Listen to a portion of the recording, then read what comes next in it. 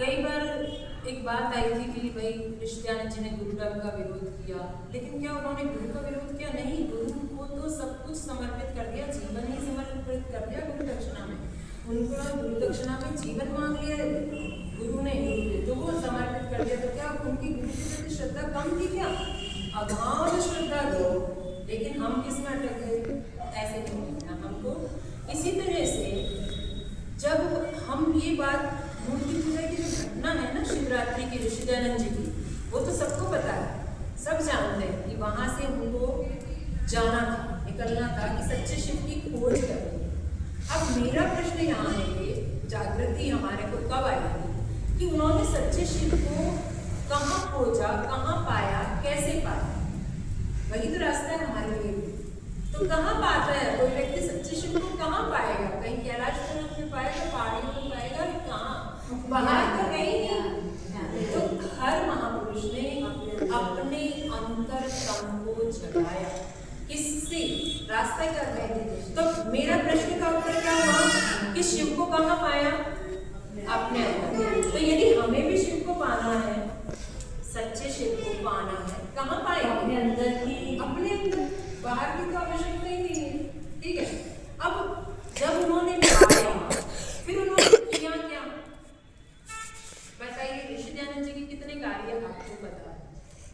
आकर के जब उनको गुरु दक्षिणा में ये मांगा कि भारत की बड़ी विकट स्थिति है, अज्ञानता से घिरा हुआ समाज है, तो तुम्हें तो इस समाज का उद्धार करना है। तब समाज में नारी शिक्षा की बहुत हो रखी थी, बुरी स्थिति। तो उन्होंने उन सब जो ऋषि परंपराएं राम के समय में जो ऋषि परंपराएं थी उनको वापस लाना, लेकिन क्या उनको इसमें किया जाना संभव था? देश तो गुलाम था। तो उन्होंने सबसे पहले बोला कि स्वराज्य स्थापना। अब शिव को पाने के बाद व्यक्ति क्या कर रहा है? क्या कौन सी लड़ाई लड़ रहा है? देश को, देश में जो बुराइयां उस समय थी, जो भी कुरीतियां थी, उसके लिए उन्होंने काम किया। अब वो छुआछूत हो सकता है, वो नारी उद्धार हो सकता है, वो स्वराज्य की स्थापना होता है, क्रांतिकारियों को जागरण होता है, कुर्सी ले आना एक मिनट।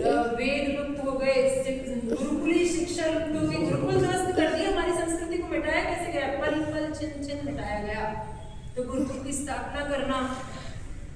तो मैं यहाँ ये कहना चाहती हूँ कि हमारी खोज ये होनी चाहिए कि सच्चे शिव को पाया कहाँ जाएगा? साधना से, तप से, स्वाध्याय से, अपने अंदर ही पाया जाएगा। और जब तुम शिव तत्व को पालोगे तो तुम देह हमारी क्या होगी? देवालय बन गई। फिर आपसे जो भी सोचा जाएगा, जो भी कर्म होगा, वो शिव जैसा कल्याणकारी होगा। तो जो भी महापुरुष आए, उन्होंने क्या करा? उस समय समाज में जो कुछ भी गलत चीजें हो रही थी, उस उत्थान करने के संबंध में काम किया। तो मेरा यही था कि शिव को कहाँ से कहाँ खोज करनी है? सच्चे शिव की खोज करनी है, ज्ञान से, भक्ति से, कर्म से, अपने अंदर खोज करनी है। जितना जितना आपको तत्व, शिव तत्व मिलता जाए, तो फिर क्या करना है? समाज को सही दिशा देनी है, अपने आप को सही दिशा और समाज को सही दिशा। तो हमको सबको संगठित होकर के क्या करना है?